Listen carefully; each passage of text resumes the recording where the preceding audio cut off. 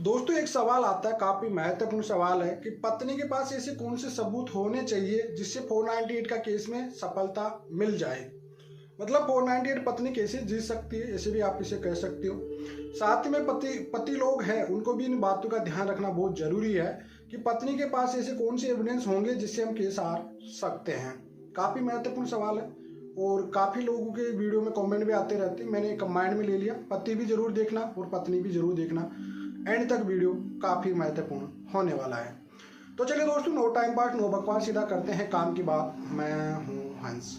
देखिए दोस्तों, सबसे पहले अगर आप किसी भी महिला को, जो डोरी केस है उसकी डेफिनेशन आपको सबसे पहले मैं बता देता हूँ। कहीं बार एक सवाल आता है लोगों का एक चीज को लेके कि साहब हमारी तो लव मैरिज, हमने तो कोई डोरी लिया ही नहीं। साहब हमने तो शादी दोनों पैसा खर्च करके की थी, हमने तो कोई डोरी लिया ही नहीं। मैक्सिमम लोगों के सवाल आते हैं, साहब हमने तो एक पैसा भी नहीं लिया, तो हम पे डोरी केस कैसे बन जाएगा। जब हमने दहेज लिया ही नहीं तो हम पे दहेज का केस कैसे बन जाएगा। तो देखो, इसका जवाब मैं आपको एक सिंपल भाषा में दे देता हूँ। भले आपने लव मैरिज की हो, चाहे कोर्ट मैरिज की हो, चाहे आपने 20 लाख रुपए लिए हो, चाहे 50 लाख रुपए लिए हो, चाहे आपने 1 रुपया भी नहीं लिया हो, जो आपकी शादी होती है उसमें जो दिया हुआ सामान होता है वो डोरी की कैटेगरी में नहीं आता है और उसे दहेज के रूप में, उपहार के रूप में, ठीक है, दान दहेज के रूप में माना जाता है। स्पेशल 406 के रूप में स्त्री धन के कैटेगरी में आता है। तो उससे आपको कोई लेना देना नहीं, दहेज से। जो डोरी केस है उसको कोई लेना देना नहीं कि आपकी शादी में कितने पैसे मिले कितने पैसे नहीं मिले, तो उससे कोई मतलब है नहीं उससे, डोरी केस पे तो ना। शादी के बाद अगर आप किसी महिला को प्रताड़ित करते हो या किसी तरह से परेशान करते हो या उकसाते हो बार बार, चाहे उसको इनडायरेक्टली आप प्रताड़ना दे रहे हो, वायलेंस कर रहे हो उसके साथ में, या किसी भी चीज को लेके उसे ताने मार रहे हो, किसी भी चीज को लेके, अगर इन चीजों का, जैसे आपके माता पिता की तरफ से आपकी बहन भी, आपकी माँ, आपकी रिलेटिव कोई भी इस चीज से लड़के के ताना मार रहे हो, बार बार एक तरह से उसको बेइज्जती फील करा रहे हो इस चीज को लेके कि तुम्हारे पिताजी ने क्या दिया, क्या नहीं दिया, बर्तन मारने दे दिया, डिमांड इतनी थी वो नहीं दिया, मतलब एक तरह से कहते हैं अलीगल टाइप की डिमांड नहीं करना, जो कि मैक्सिमम जगह हो जाती है कई बार कि साहब 15 लाख की बात हुई थी, 15 लाख रुपए हमको तो नगद चाहिए थे लेकिन बर्तन मारने दे दिए साहब। उन चीज़ों को लेके फिर उन लड़की को उकसाया जाता है। तो अगर इस तरह के आप लोग किसी भी महिला को प्रताड़ना करते हो आफ्टर मैरिज, बिफोर मैरिज नहीं, या शादी के टाइम पे आपको क्या दिया क्या नहीं दिया उससे कोई फर्क नहीं पड़ता है, लेकिन आफ्टर मैरिज अगर आप किसी महिला को उकसाते हो, प्रताड़ना करते हो, वायलेंस करते हो, इनडायरेक्टली मारपीट करते हो किसी भी तरह से, तो ये दहेज की कैटेगरी में आते हैं। आपने एक नोट किया होगा ना, कभी भी पुलिस थाने में कभी भी आप कंप्लेंट पढ़ते हो, आपके खिलाफ एफआईआर दर्ज होती है, तो उसमें क्लियर लिखा होता है कि साहब घर से बाहर निकाल दिया, एक इनोवा गाड़ी चाहिए थी, बाइक चाहिए थी, 5 लाख की डिमांड कर रहे हैं, घर बनाने के लिए 2 लाख चाहिए थे, शादी में इतना खर्च हो गया, शादी का खर्चा भी मांग रहे थे। ये काफी सवाल आ जाते हैं। मतलब कुल मिलाकर अगर आप किसी महिला को शादी के बाद उकसाते हो किसी भी तरह से लेके, तो उसके सिचुएशन में वो एक दहेज की कैटेगरी में आता है। प्रताड़ना करना, उकसाना, सिंपल सी बात है। अब आगे बात कर लेते हैं और कौन से सवाल होने चाहिए। तो आपके जो काफी डाउट रहते हैं वो तो क्लियर हो गया होगा कि साहब हमने शादी में लिया नहीं लिया, उससे कोई मतलब बनता नहीं, दहेज केस से उनसे कोई लेना देना होता भी नहीं है। आगे चलकर मानते हैं किसी ने दहेज केस में, अगर मान लीजिए शादी में कहीं जगह, कहीं बार क्या होते हैं, गवर्नमेंट शादियां होती है जिन लड़कों के साथ, तो उनको कई बार 5 लाख नगद केस ट्रांसफर कर दिया जाता है, 10 लाख रुपए ट्रांसफर कर दिया जाता है कई बार बैंकों में, ठीक है। तो वो आपका इंटेंशन, कोर्ट उस चीज को क्या समझता है, पटना हाईकोर्ट तो क्लियर समझता है। मैक्सिमम मेरे पास जो केसेस प्रैक्टिकल आए हैं वो लड़के पटना हाईकोर्ट के लड़कों का केस मैक्सिमम आए, जिनके कोर्ट हाईकोर्ट ने उनको पैसा रिटर्न कराया वापस, मैक्सिमम जगह रिटर्न कराया। तो ये बात आप समझ लेना कि आपके बैंक में अगर पैसा आ गया और उसके बाद कोई महिला प्रताड़ना हो रही है, तो सबसे पहले तो आपको 498 केस तो बनेगा ही बनेगा आपको, और वो पैसा भी विथ इंटरेस्ट में चला जाएगा वापस रिटर्न।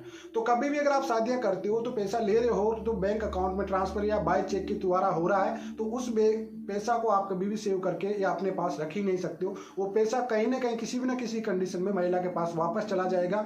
अगर महिला प्रताड़ना हो रही है और बार बार अगर वाकई उन्होंने दान दहेज के रूप में आपको 5 या 10 लाख रुपए दिए हैं उस कैटेगरी में, कई बार क्या कहते हैं 5 लाख रुपए का सामान नहीं दिया, 5 लाख रुपए उसके लिए डाल दिए, तो ये जरूरी नहीं है उन्होंने अपने बेटे के लिए डाला। अगर आप उसको प्रताड़ना कर रहे हो तो वो सामान के पैसे भी आपको रिटर्न करना पड़ेगा, ठीक है। स्त्री धन पे जो सामान होता है महिला का, उस पे भी महिला का पूर्ण अधिकार होता है, जो आपकी तरफ से भी दिया जाता है शादी में उसके पे भी, और जो माँ बाप की तरफ से होता है उस पे भी लड़की का पूर्ण अधिकार होता है। तो इस सिचुएशन में आपका अगर ये दिक्कत क्रिएट हो रही है तो कोर्ट इसको इंटेंशन लेगा कि भाई वाकई प्रताड़ना किया, 10 लाख रुपए पहले डिमांड थी, शायद इनकी डिमांड पूरी नहीं हुई, स्पेशल आपको परेशान कर देगा, और उस केस में महिला जीत भी सकती है, उसके पक्ष में फैसला जा सकता है। गाली गलौज करना, मारपीट करना, किसी भी चीज़ को लेकर बार बार परेशान करना, अगर वो आप ये सोचते हो कि वायलेंस की कैटेगरी में आता है। लेकिन हाँ, डीवी केस में अगर महिला पहले डीवी केस करके जीत जाती है और उसके बाद में अगर इनडायरेक्टली उसने वही एप्लीकेशन दी कि साहब मेरे को मारपीट करता है इस चीज़ को लेके, डिमांडें करते हैं इस टाइप की लेके, लेकिन उसने डीवी केस जीत लिया और उसके बाद अगर आप 498 कर रही ना, तो आपका 100% महिला जीत जाएगी। और अगर ये तरीका मैक्सिमम महिलाएं अपनाती नहीं है, मैं बता देता हूँ आपको कि अगर पहले वो वायलेंस हो रहा है उसके साथ, देखो डीवी केस, 498 केस और मेंटेनेंस केस सेम जो पिटीशन होती है ना, जो एप्लीकेशन होती है, जो कंप्लेंट होती है, सेम होती है, उसकी चेंजिंग नहीं होता उसमें कहीं भी। आप नोट कर लेना एक चीज़ को।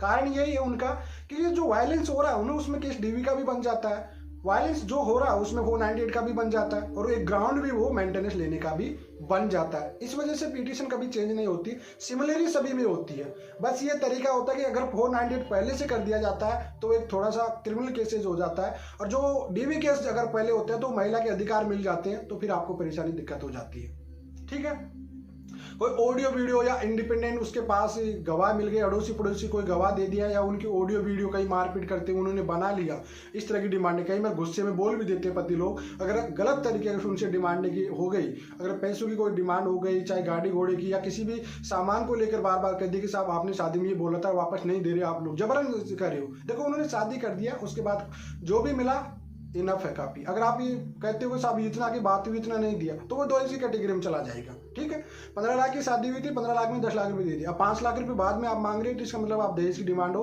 इस वजह आप खुद पढ़ सकते हो। अगर उस चीज को रिकॉर्ड कर लिया तो ये आपके खिलाफ जा सकता है मामला।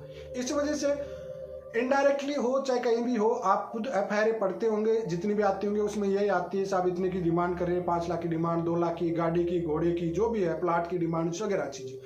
ऐसा कोई ऐसा प्रूफ मत छोड़िए जिससे महिला उसकी, चाहे वो ऑडियो हो चाहे वो वीडियो हो, किसी भी तरह से, चाहे वो कोई इंडिपेंडेंट आपके अड़ोसी पड़ोसी नियर बाय रहने वाले हो, चाहे उसके कोई घर के कोई मेंबर ऐसा हो। आपने देखा होगा ना कई बार आपके अड़ोसी पड़ोसियों को पुलिस वाले बना लेते हैं आई विटनेस के तौर पे, या इंडिपेंडेंट गवाह बना लेते हैं। बाद में आपको कहते हैं कि साहब मैं तो इसे बना रहे हैं, कोर्ट में जाके आप लोग बना कर देना, लेकिन वो कई बार आपके भारी पड़ जाते हैं। ये बात भी याद रखिएगा। तो इस वजह से आप लोग ऐसे कोई आपके खिलाफ इसी तरह के कोई भी एविडेंस नहीं है तो आपको दिमाग पे प्रेशर नहीं लेने वाला। अगर जिनके खिलाफ इस तरह के कोई एविडेंस बच्चे हैं, महिला के पास है, तो भैया आपको महंगा पड़ने वाला है। तो इस वजह से आप ज़्यादा भी इस पर प्रेशर ना लें। मैंने आपको दोनों को समझाया भाई, जिसके खिलाफ इस तरह की कोई भी क्रूरल्टी या किसी भी तरह के एविडेंस प्रताड़ना के आरोप नहीं है, या उनके पास एविडेंस नहीं है, उस तरह के आरोप तो लगेंगे लेकिन सबूत नहीं है अगले पास के, तो कोई डरने की जरूरत है नहीं। जिसके खिलाफ ऐसे आरोप है तो भैया 498 हार भी सकता है, 101% है। तो उससे बेटर है कि वो कहीं बैठ के समझौता कर ले और अपनी पत्नी को वापस साथ में रख ले, वही सबसे अच्छा ऑप्शन मिलेगा उनको। तो आई होप दोस्तों मैंने आपको बता दिया, यही होता है कि सिमिलरली इससे ज़्यादा कुछ होने जाने वाला होता भी नहीं है। चलिए आज के लिए इतना ही। जय हिंद, वंदे मातरम।